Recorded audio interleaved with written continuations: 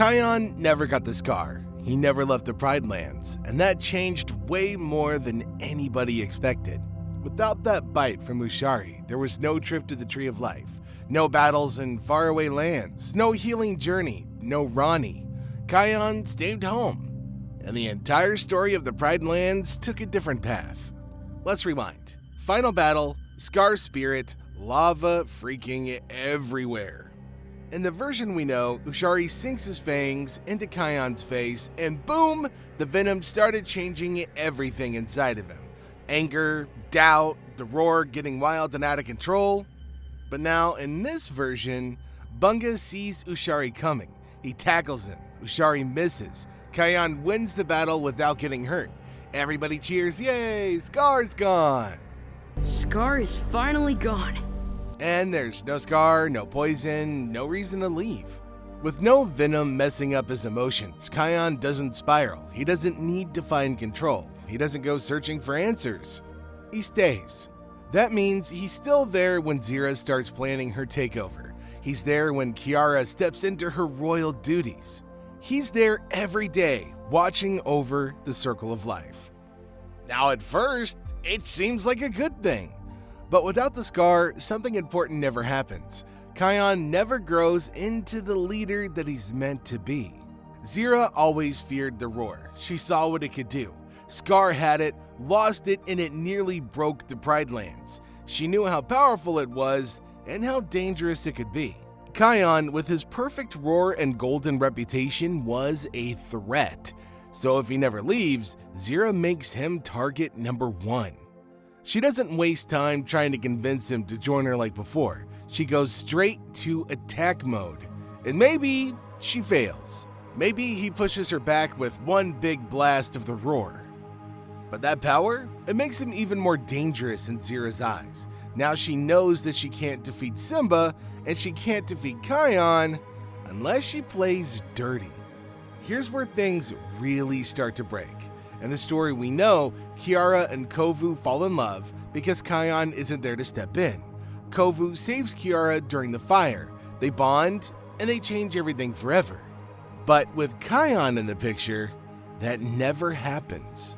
If Zira attacks, Kion ends it, fast. He blows out the fire before it spreads. Kiara never gets stuck. Kovu never gets the chance to be the hero. They don't get close. They don't connect. The future queen never falls for the outsider. And just like that, the Pride Lands loses its chance at unity.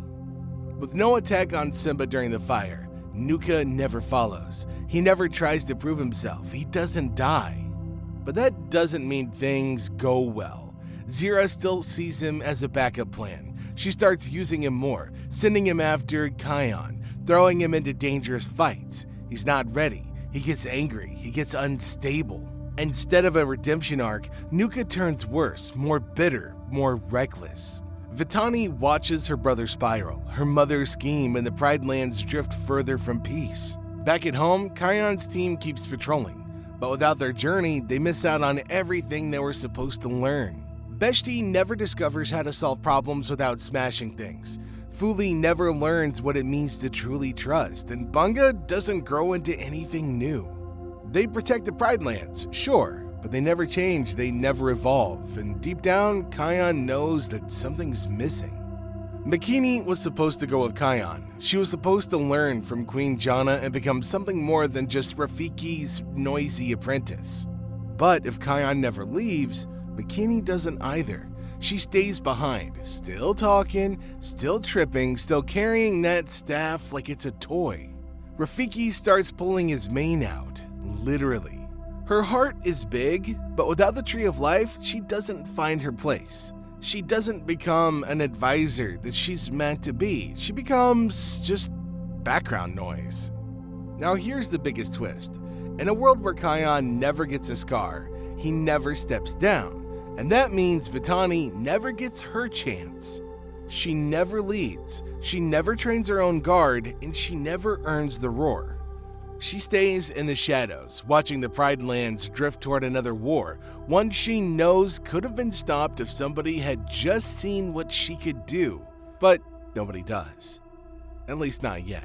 At first, everything seemed okay, but without training at the Tree of Life, without guidance from Ushari's spirit, Kion never learns to truly control the roar, and it starts out small. A little shake in the ground when he's frustrated, a gust of wind when he argues with Kiara, but soon, things get worse. He loses control during patrols. He overreacts during fights. The power becomes wild, like it's got a mind of his own. He starts doubting himself, and once doubt creeps in, the roar doesn't listen. You remember Ushari, the wise ancient leader of the very first Lion Guard? He's the one who helped Kion understand the roar isn't just strength, it's balance, emotion, and purpose. But if Kion never goes to the Tree of Life, he never meets Ushari. He never learns that the roar isn't what makes him a leader. He never learns to let go of the roar when the time is right. So, when challenges come, Kion falls back on power, not wisdom, not heart, just brute force. And that's not what a true leader does. Now Kiara is growing into her role. She's becoming queen. Everybody's watching her, respecting her, celebrating her future. And Kion, he's still just the roar. No crown, no throne, just the second-born, the protector. At first, he's proud. He loves his sister. He wants her to succeed. But over time, that pride turns into something else. Jealousy. He wonders, why her? Why not me? And that feeling, it's dangerous. Because when someone with the roar starts feeling small, big problems are right around the corner. In the version we know, Kion meets Rani at the Tree of Life. She's strong, serious, and unsure of herself until Kion helps her rise. And she helps him too. She sees through his scars, his doubt, and shows him that he's more than the roar. They grow together, they fall in love, they rule together. But if he never gets that scar, they never meet. No Rani, no Tree of Life, no home away from home. Instead of growing into a king, he just gets stuck in his role. Never really a ruler, never really whole. In the real timeline, Kion eventually steps aside and gives Vitani the roar. She earns it. She trains her team. She leads with heart and courage. But in this version, well, Kion never lets go. Even when he starts losing control, even when the roar shakes the sky for the wrong reasons, he holds on and Vitani waits. She knows she can help. She knows the Pride Lands need something new, but nobody listens. And the Lion Guard slowly loses its way. With Kion struggling and Simba aging, Kiara has more pressure than ever. She has to handle politics, protect the kingdom, and keep the peace, all without her brother by her side. Kovu tries to help, but without the original connection, without that spark from the fire rescue, he's not the same Kovu. He's unsure, he second guesses himself, and some lions don't really trust him. So Kiara has to carry it all. And even though she's strong, even though she was born for this, it's lonely at the top. Without the growth, the journeys, the love, and the learning, the future of the Pride Lands doesn't feel as bright.